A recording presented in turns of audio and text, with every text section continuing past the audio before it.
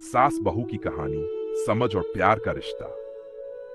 यह कहानी है सुनीता और उनकी सास शारदा देवी की। सुनीता एक प्यारी और समझदार लड़की थी, जबकि शारदा देवी पारंपरिक सोच रखने वाली एक सख्त महिला थी।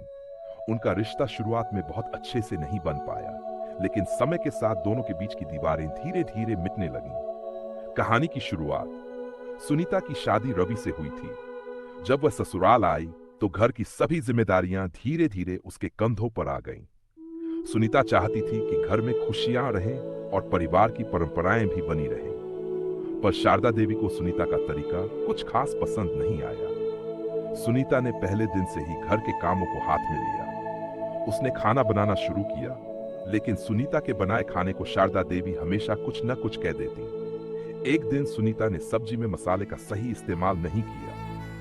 शारदा देवी गुस्से में बोली, सुनीता, ये क्या बनाया है? हमारी परंपराओं के अनुसार सब्जी में स्वाद कुछ और होता है। सुनीता ने मुस्कुराते हुए कहा, मां जी, मुझे अभी थोड़ा समय चाहिए, लेकिन मुझे यकीन है कि अगली बार आपको मेरा खाना पसंद आएगा। चिंताओं का आलम।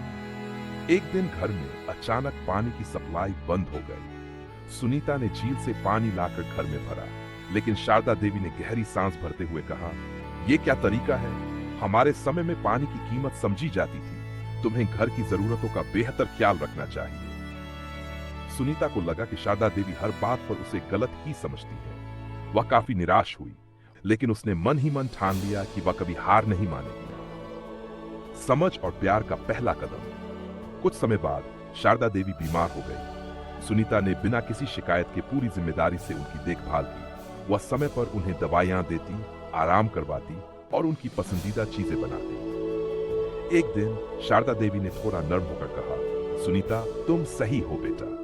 तुम्हारी देखभाल से मुझे सच्चा प्यार महसूस हो रहा है।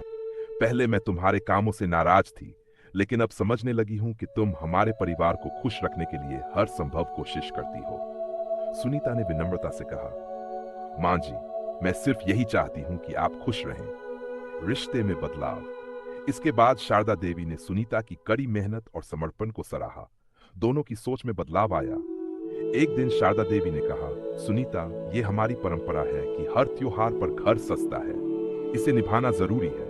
सुनीता ने जवाब दिया, मां जी, मैं इसे जरूर निभाऊंगी, लेकिन अगर हम थोड़ा नया करने की कोशिश करें तो परिवार और भी खुश होगा। शारदा देवी ने पहली बार सहमति जताई और दोनों ने मिलकर त्योहार की तैयारियां की।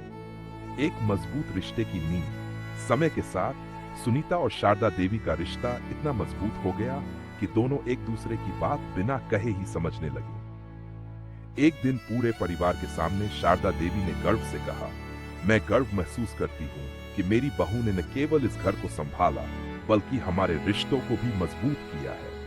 मुझे खुशी है कि तुम मेरे साथ हो। सुनीता की आंखों में आंसू आ गए। उसने सास के पैर छूकर कहा, मां जी, आपके आशीर्वाद के बिना यह सब मुमकिन नहीं था। निष्कर्ष, ये कहानी हमें सिखाती है कि सास बहू का रिश्ता समय और समझदारी से ही मजबूत होता है।